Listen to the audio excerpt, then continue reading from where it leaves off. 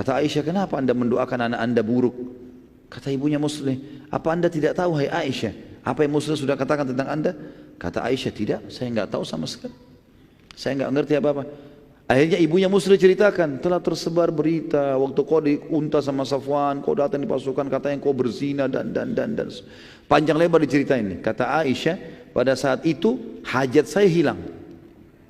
Udah enggak ada keinginan lagi mau ke WC, mau kan enggak ada lagi. Karena selama ini enggak tahu beritanya kan, enggak tahu. Dia bilang saya pun pulang ke rumah, yang saya kerjakan cuma menangis. Selama berapa hari itu menangis terus, udah enggak bisa ngomong apa-apa. Terasa tulang-tulang saya lemah, saya terasa jadi fitnah besar ya, gitu. Maka sampai datanglah Nabi SAW ke rumah Aisyah setelah mengumpulkan dari sahabat di masjid. Lalu setelah ketemu Abu Bakar, ketemu dengan mertua istri Abu Bakar, mertua beliau SAW, beliau datang kepada Aisyah sambil mengatakan kalimat santun, wahai Aisyah, kalau seandainya benar kau melakukannya, ya sampai kau betul-betul melakukan itu perbuatan yang haram itu, bertobatlah kepada Allah, karena Allah Maha Pengampun. Karena Nabi SAW tidak punya informasi. Tapi kalau kau tidak lakukan, maka pastikan kau akan diselamatkan oleh Allah dari langit. Aisyah bilang, tiba-tiba tuh saya dengar Rasulullah SAW bilang itu, kekuatan saya muncul, tiba-tiba saya duduk, mengatakan, ya Rasulullah, anda pun terpengaruh dengan gosip itu.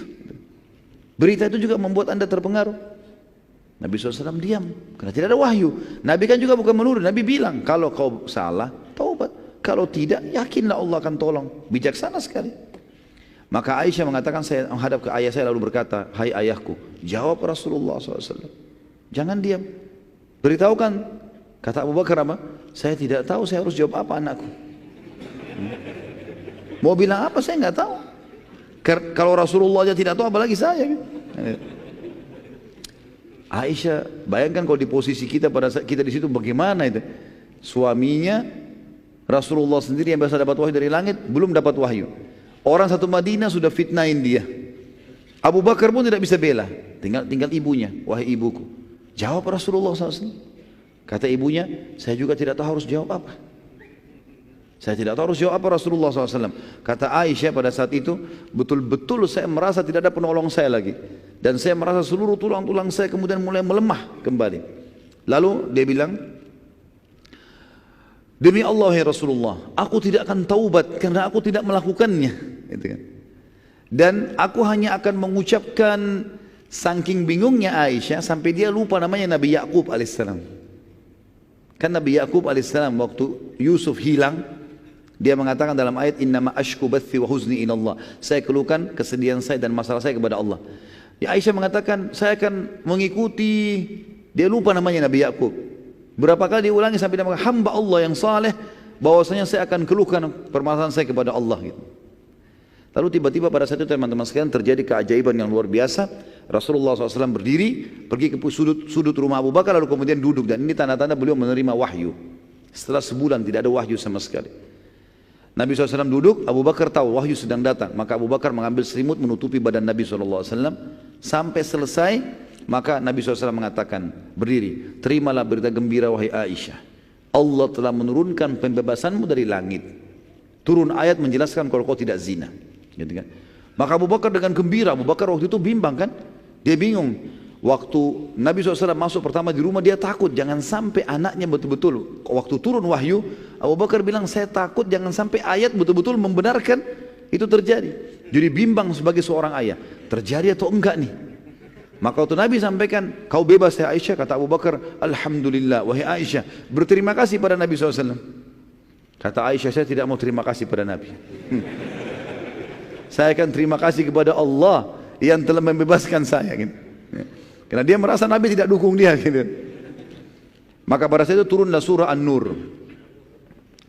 Surah nomor 24 ayat 11 sampai ayat 14. A'udzu billahi minasyaitonir rajim.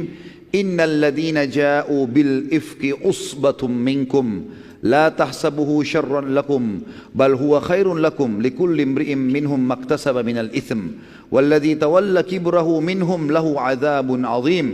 لولا إذ سمعتموه ظن المؤمنون والمؤمنات بأنفسهم خيرا وقالوا هذا إفك مبين لولا جاءوا عليه بأربعة شهداء فإن لم يأتوا بالشهداء فأولئك عند الله هم الكاذبون walaula fadlullahi alaikum wa rahmatuhu fid dunya wal akhirah lamassakum fima afattum fihi adzabun azim.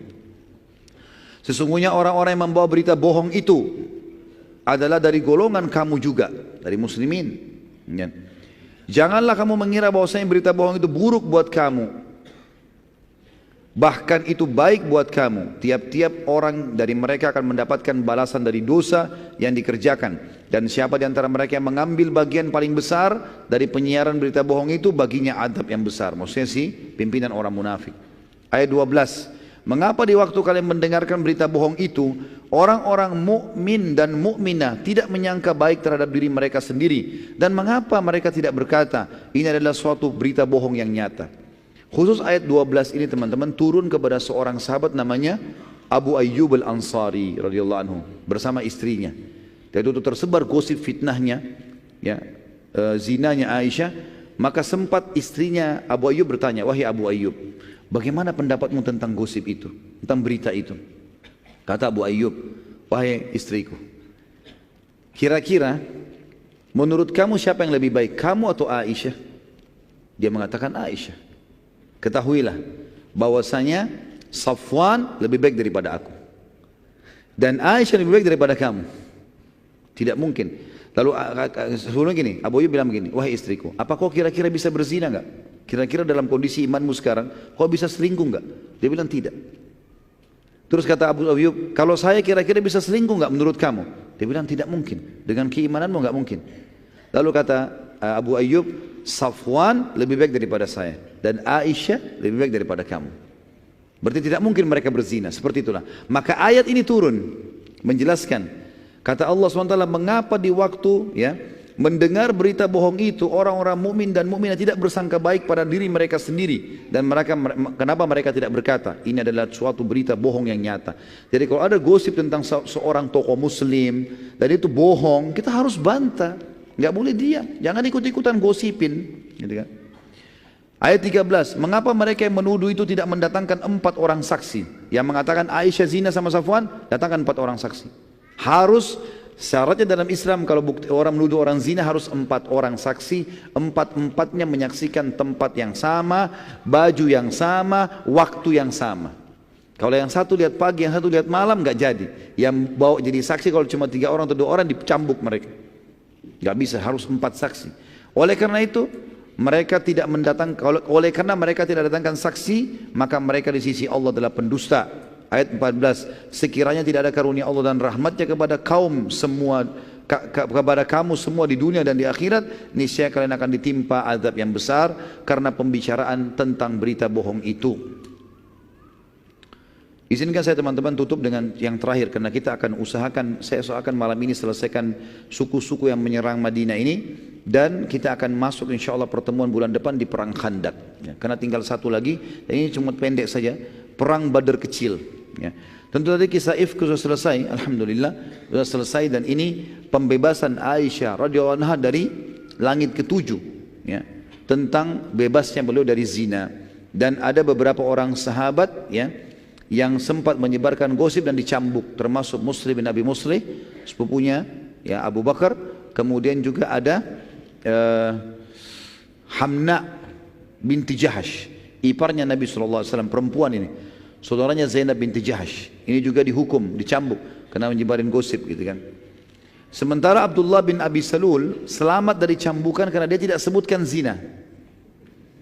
Dia kan mengatakan, mana ada laki-laki dan perempuan lalu tidak terjadi, begitu saja. Nah, ini punya keterampilan dia dalam menipu. Ternyata orang-orang yang bumbuin, yang sebarin, oh zina, sampai ke zina. Dan ingat teman-teman, menitipkan kata-kata pada orang pasti bertambah. Dalam pepatah bahasa Arab dikatakan, kalau kau titipkan emas pada orang pastikan tidak bertambah, tapi kalau kau titip kata-kata pasti bertambah. Kalau emas ini 10 gram ya, 10 gram begitu terus. Nggak mungkin dia mau sedekah tambah. Kalau dia kurangin mungkin. Tapi kalau kata-kata itu ditambah semua, bumbunya banyak. Jadi kalau antum lagi nyampaikan sesuatu jangan bilang, jangan sampaikan orang ya. Pasti disampaikan nanti.